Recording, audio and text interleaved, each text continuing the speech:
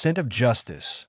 My name is Officer Jay Coleman, and I've been with the city's narcotics division for 8 years. I've worked stakeouts in the freezing rain, sat through court hearings that lasted days, and chased suspects through alleyways in the dead of night. But nothing compares to the day my partner, a 4-year-old German shepherd named Rex, uncovered one of the largest drug operations our city has ever seen. It was a cold Thursday morning in March. One of those days where the air bites your skin and the sky stays gray no matter how late it gets.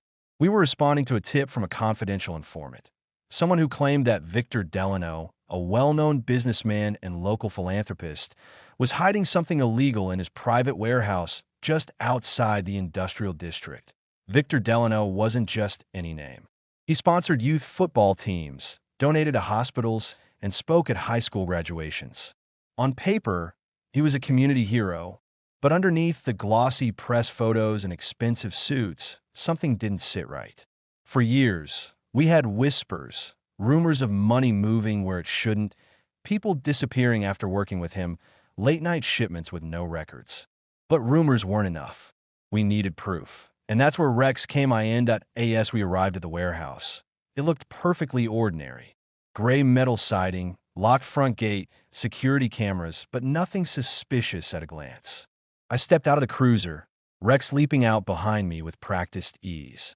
He wasn't just a dog. He was trained to detect narcotics, explosives, and track fugitives through rain or fire.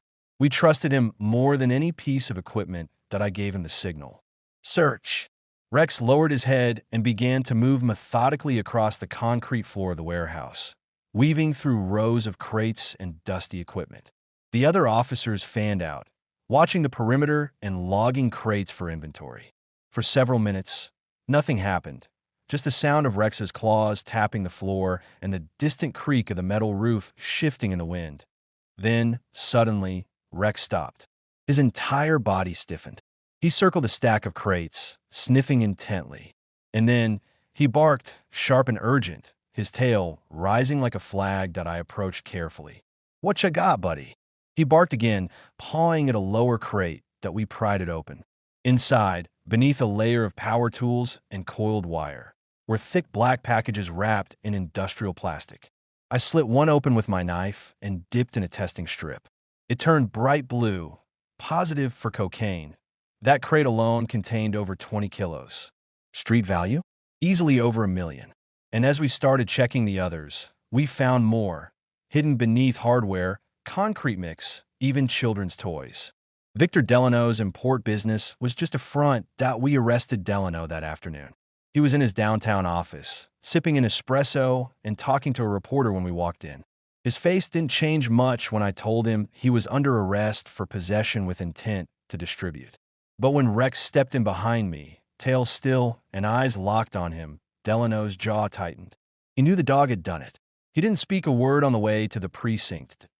In the days that followed, everything unraveled. Delano's properties were searched, storage units, condos, even a private boat. Every one of them hid some part of his operation. He'd been using donations to launder money, hiding narcotics inside shipments of building supplies, and coordinating deals through charity fundraisers. He was a criminal genius, but he'd made one mistake, thinking no one would suspect him. And he never counted on a dog with a nose trained to cut through any lie. When the trial began, Rex and I were there. I sat in uniform, Rex at my feet, as the evidence piled up. The jury didn't take long. Guilty on all counts. Life without parole. The day after the verdict, the mayor held a ceremony in front of City Hall. Rex was given a medal, an actual engraved medal, and a massive bone wrapped in ribbon. Children took turns petting him. News cameras rolled. But Rex didn't care about the cameras. He wasn't interested in glory. As I clipped the medal onto his collar, he simply looked up at me and wagged his tail, ready for whatever came next. Later that night, after the applause faded and the city fell quiet again, I sat on the back steps of the station with Rex by my side. I rubbed behind his ears, and he leaned into my leg, calm and steady. "You did good, partner," I said. "Real good." He didn't bark, didn't move, just sat there still alert. Because Rex didn't need words. He had already spoken loud enough in the world of shadows and secrets. Sometimes justice doesn't come with a bang or a courtroom speech. Sometimes it comes on four legs, with a cold nose and a steady heart. And that night, under a silent sky, I realized something simple and true. Justice has a scent, and Rex never misses it.